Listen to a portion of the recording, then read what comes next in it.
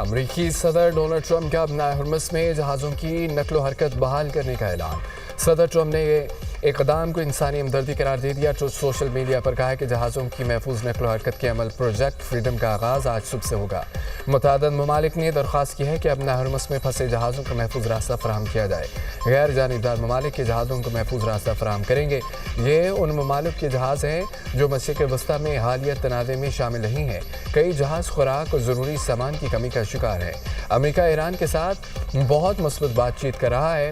ایران سے بات چیت کا یہ عمل سب کے لیے انتہائی مثبت ثابت ہو سکتا ہے۔ اگر کسی بھی طرح اس عمل میں مداخلت کی گئی تو اس سے نپٹا جائے گا۔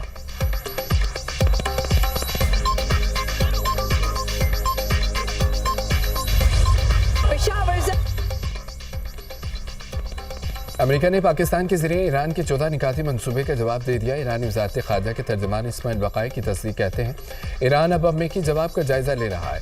ایران کا 14 نکاتی منصوبہ خاص طور پر جنگ کے خاتمے سے جڑا ہے۔ ایرانی نکات کے تحت اس مرحلے میں جوہری مذاکرات شامل نہیں ہیں۔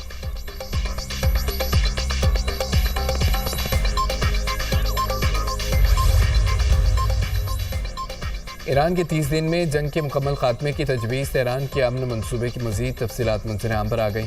الجزیرہ کے مطابق ایران کا امن منصوبہ 3 مراحل پر مشتمل۔ اپنا ہرمس کو کھولنا اور ناکہ بندی کا خاتمہ پہلا مرحلہ ہوگا۔ سمندری بارودی سرنگوں کو ہٹانے کی ذمہ داری بھی ایران سنبھالے گا۔ اسرائیل سمیت تمام فریقین کے خلاف اور ان کی جانب سے حملے نہ کرنے کی ضمانت شامل ہے۔ دوسرے مرحلے میں ایران یورینیم افزودگی 3.6% کی سطح پر لائے گا۔ ایران کے جوہری ڈھانچے کو ختم یا تنصیبات کو تباہ نہ کرنے کی ضمانت شامل ہے۔ ایران کے منجمد اثاثے مقررہ مدت کے بعد مرحلہ وار بحال ہوں گے۔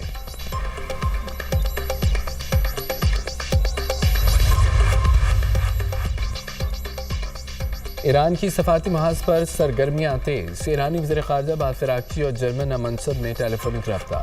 جرمنی کا ایران سے جوہری ہتھیاروں سے مکمل دستبردار ہونے کا مطالبہ۔ جرمن وزیر خارجہ نے کہا کہ مذاکرات کے ذریعے تنازعات کے حل کی حمایت کرتے ہیں۔ ایران کو فوری طور پر اپنا ہرمس کو کھولنا چاہیے۔ اتحادی کے طور پر جرمنی اور امریکہ کا مقصد یہ ایک ہی ہے۔ ایران اور عمان کے وزیر خارجہ میں بھی ٹیلی فون پر رابطہ ہوا۔ علاقائی پیش رفت پر تفصیلی تبادلہ خیال۔ عباس عراقچی نے جنگ کے خاتمے کے لیے سفارتی کوششوں سے آگاہ کیا۔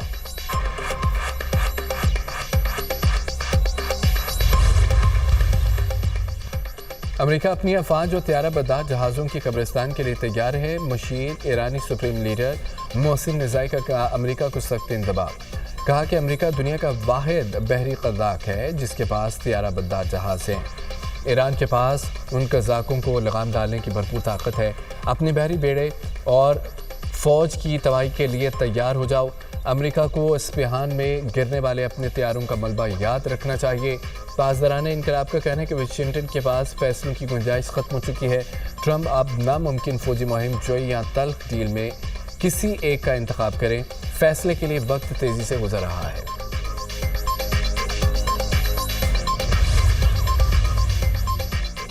اپنا ہرمس کی پوزیشن دوبارہ کبھی پہلے جیسی نہیں ہوگی۔ ایران کا 2 ٹوک اعلان۔ ڈپٹی اسپیکر ایرانی پارلیمنٹ علی نیکزاد کہتے ہیں کہ ہرمس صوبے کے حکام اور تعینات فورسز کو ٹاسک دیا جا چکا ہے۔ امریکہ ہرمس کھلوانے میں ناکام رہا۔ ناکہ بندی بھی کامیاب نہیں ہوگی۔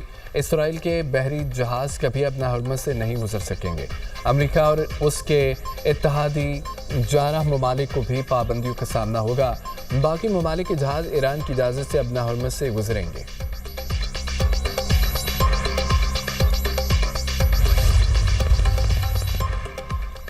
وزیر خارجہ اسحاق ڈار کی اردن کی منصب ایمن الصفدی سے ٹیلی فونک گفتگو ہوئی ہے۔ تمام فریقین کے درمیان تعمیری روابط کے فروغ کے لیے پاکستان کے عزم کا اعادہ۔ اردن کے وزیر خارجہ نے خطے کے امن کے لیے پاکستان کی کوششوں کو سراہا۔ دونوں رہنماؤں نے پاکستان اور اردن کے درمیان مضبوط 2 طرفہ تعلقات کا بھی اعادہ کیا۔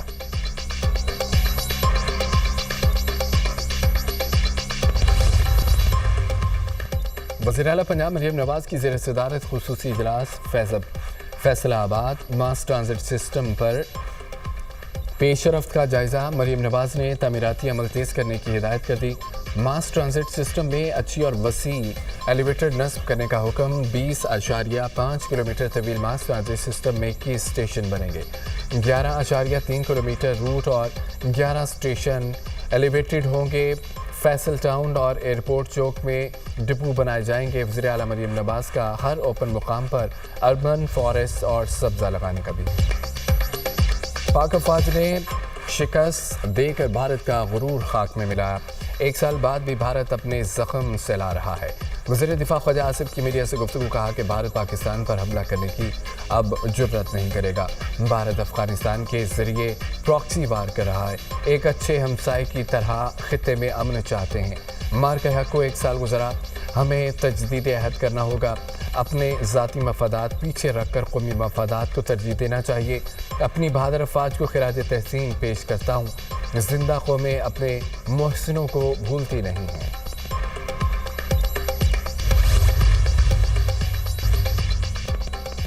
اوپیک پلس کے 7 رکن ملکوں کا جون سے تیل پیداوار میں اضافے کا اعلان۔ اوپیک پلس کے بیان میں کہا گیا ہے کہ یومیہ 1,88,000 بیرل پیداوار میں اضافے کا فیصلہ کیا ہے۔ سعودی عرب، روس، عراق، کویت، قازقستان، الجزائر، عمان نے تیل کی مارکیٹ کے استحکام کی عزم کا اعادہ کیا۔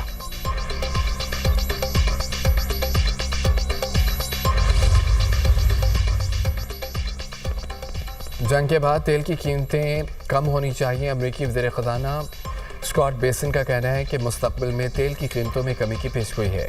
اب نہر ہرمز سے مزید جہاز گزرتے دیکھے تو حیرانی نہیں ہوگی۔ ایران کو جہازوں سے ٹول وصول کرنے کی کوششوں سے زیادہ فائدہ نہیں ہو رہا، اور صدر ٹرمپ کی چین کے ساتھ آئندہ ملاقات میں کسی تبدیلی کا امکان نہیں ہے۔ امریکہ کی توانائی برآمدات اب بلند ترین سطح پر ہے۔ امریکی توانائی برآمدات کو صرف انفراسٹرکچر کی کمی روک رہی ہے۔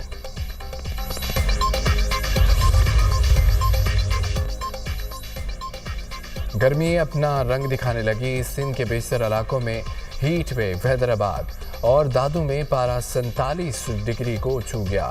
سکھر، جیگاب آباد، شہید بے نظیر اور موہنجو داڑو میں درجہ حرارت 46 degree centigrade record. Karachi میں رواں سال کا گرم ترین دن، پارہ 42 ڈگری، شدت 46 ڈگری سینٹی گریڈ جیسی محسوس ہوئی۔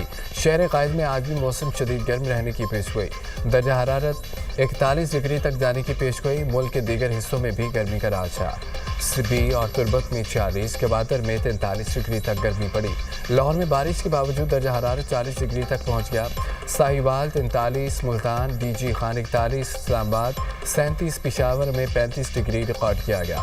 بلائی خیبر پختونخوا، بلائی پنجاب، کشمیر، گلگت بلتستان میں چند مقامات پر بارش ہوئی۔